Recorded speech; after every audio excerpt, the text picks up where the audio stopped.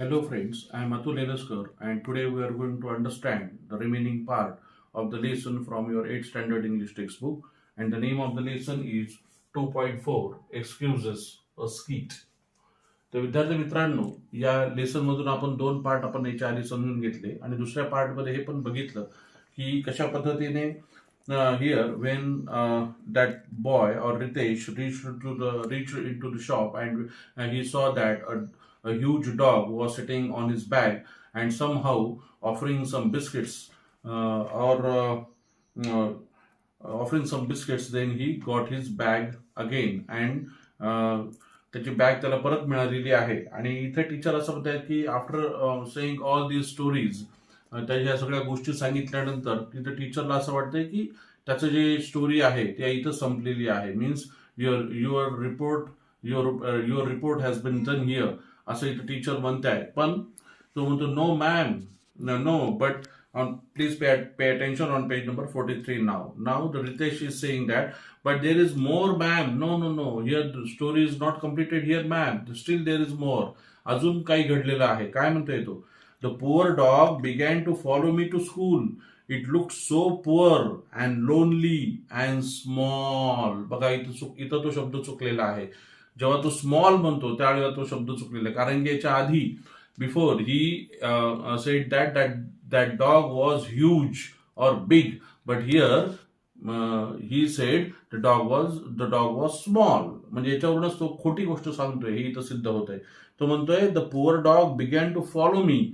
तो म्हणे नाही म्हणे मॅम, मी बॅग तर घेतली पण ते कुत्रा माझ्या मागे मागे, that dog was following me and it look so poor. तो पुअर दिसाय होता, बिचारा होता, लोनली होता अँड स्मॉल होता.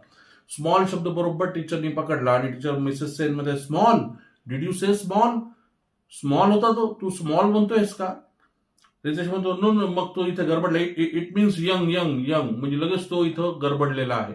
आणि तो म्हणतो त्याच्या लक्षात आला आपली चूक आणि तो म्हणतो small means I want to say young, म्हणजे मला थोडस असं यंग सांगायचंय.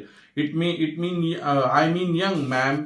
It was big in size but it was only a puppy. आता बघ कसं कॉन्ट्रास्ट तो बोलतोय की तो साईज मध्ये बिग आहे पण तो पपी आहे. पपी मीन्स इथं अर्थ दिलेला आहे बघा. Puppy means a dog under 12 to 18 months old. A dog who is under 12 to 18 months old जे असतात त्याला पपी असं म्हणतात. म्हणजे इथं त्याच्याच बोलण्यामध्ये कॉन्ट्राडिक्टरी तुम्हाला इथे दिसते आहे, विरोधाभास दिसतो आहे की तो म्हणतोय की it was big in size but it was only a puppy really, but it look lost. पण तो हरवलेला होता ma'am. He lost. He was lost. Maybe it was looking for its mother or owner, and that dog was looking for his mother or owner.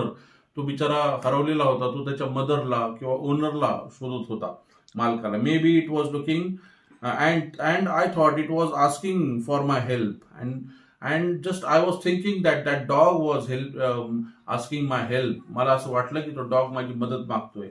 So I began inquire with the other shopkeepers and passers-by. And then I started inquiring about this dog. Whose dog it was.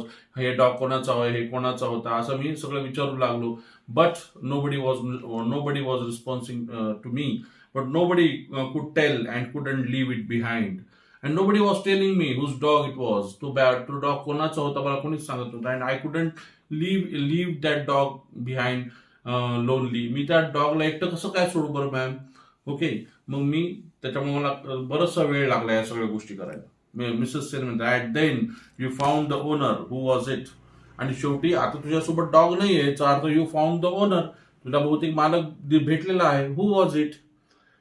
That is the funny part ma'am. अजून एक त्यांनी ती स्टोरी सांगायला सुरुवात केली. म्हणजे in this way the Ritesh was a student who had the ability to make the stories instantly. त्याला ताबडतोब स्टोरीज बनवता येत होत्या. ही ॲबिलिटी त्याच्यामध्ये होती. सो ह्या गोष्टी आपल्याला या त्याच्या इन्स्टंट स्टोरीज वरून कळतात. That is the funny part ma'am. The puppy itself found the owner. No no no, I couldn't found the owner. The puppy itself found the owner. त्याने स्वतःच त्याचा ओनर शोधला. I saw someone across the road. It saw someone across the road and just bounded towards the person. त्याने बघितलं across the road means opposite side of the road his owner, and that Dog bounded towards owner. Bounded, bound, B-O-U-N-D. Bound means what? Jump, J-U-M-P. Bound means jump. Jump म्हणजे उडी मारणे. So that dog found his owner across the road, opposite side of the road, and he jumped towards that owner. And towards the person, I was so relieved, and this way I relaxed now. I started feeling relaxed. मी थोडंसं relax feeling करायला लागलो, कारण की शेवटी मी त्या dog पासून सुटका माझी झालेली आहे. Relieved, there is a word relieved. Relieved means no longer worried. No longer worry म्हणजे चिंता, काळजी. Started feeling relax. Okay, so relieved. तर मला आता ती काळजी नाही राहिली त्या डॉगची. So then I turn and ran straight to the school. आणि मग म्हणे ma'am, then I turn to school and ran towards the school very quickly. You know that I don't want to waste my time. तुम्हाला माहिती आहे म्हणे ma'am, मला वेळ वाया घालवायला थोडं सुद्धा आवडत नाही. म्हणजे बघा तो कसं छानपैकी मॅमला पटवून सांगतो आहे की तो कसा लेट झाला आणि कोणती कारणं त्याच्यासोबत घडली. So Mrs said that good boy, now that your good deeds are done, there is something else you can do. Deeds, there is a word deeds, D-E-E-D. Deed म्हणजे वर्क, वेगवेगळ्या प्रकारचे कामे. सो दॅट इज डीड्स शब्द आहे आपल्या याच्यामध्ये. Did means work, कामे, काम आपण त्याला म्हणूया. तर तू इथं काय म्हणते, नाव that your good deeds are done. तुझे सगळे डीड्स म्हणजे कामे. तुझी सगळी कामं जर झाली असेल चांगली कामं करून, तर there is something else you can do. अजून एक गोष्ट तू करू शकतो. There is a story writing competition coming up. So would you like to send an entry? There is a story writing competition coming up. आपल्या शाळेमध्ये आता story writing competition आयोजित केली जाते. And you have the ability to make the stories interestingly. तुझ्यामध्ये ती ability आहे. So you can you send your entry? तुझी तू एंट्री सेंड करतोस का? So would you like to send an entry? Ritesh म्हणतोय, हो मॅम, मी ma'am, now I wouldn't know what to write. म्हणजे बघा तो रितेश इथं कसं दाखवतोय की हे सगळ्या स्टोरीज मी नाही बनवल्या असं त्याला दाखवायचा प्रयत्न आहे. तो त्याची ऑनेस्टी इथं सांगायचा प्रयत्न, हे सगळं खरं घडलं असं त्याला दाखवायचं होतं, या स्टोरीज नाही. म्हणून तो काय म्हणतोय, हु मॅम, मी मॅम, नाव, मी स्टोरी पाठवणार आत्ता. तो म्हणतो, I wouldn't know what to write. मला स्टोरी लिहायचंच कळत नाही म्हणे, कसं लिहायचं मला माहित नाही. I am not good at making up stories. तो म्हणतो, मी तर काही स्टोरीज बनवण्यामध्ये चांगला नाही म्हणे. I am not good at making up stories. मी तर काही स्टोरी बनवण्यामध्ये चांगला नाही म्हणे. तर अशा पद्धतीने या लेसन मधून या रितेशनी कशा पद्धतीने एक्सक्युजेस और he said the different kinds of stories here and but here. विद्यार्थी मित्रांनो, या स्किट मधून एक छानपैकी समजून घ्यायचं की we should have to be very much punctual while living our life.